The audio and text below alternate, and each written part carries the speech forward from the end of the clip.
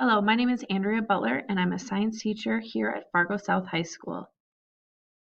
A little bit about me. I got my undergraduate degree from Valley City State University in biology education. I also received my master's degree in teaching English language learners from Valley City State University. In previous years, I've been the head volleyball coach, assistant girls basketball coach, and the co-advisor for prom. I teach a variety of science classes here at Fargo South. One of the classes that I teach is an Intro to Science course. This course will allow students to learn basic science topics with the vocabulary necessary for biology. I also teach physical science.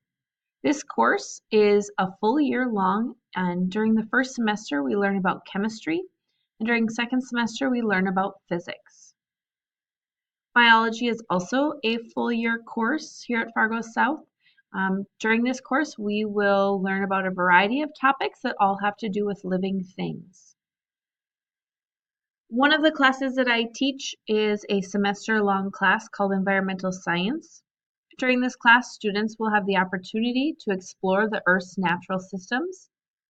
They will also learn about how human activity affects the environment.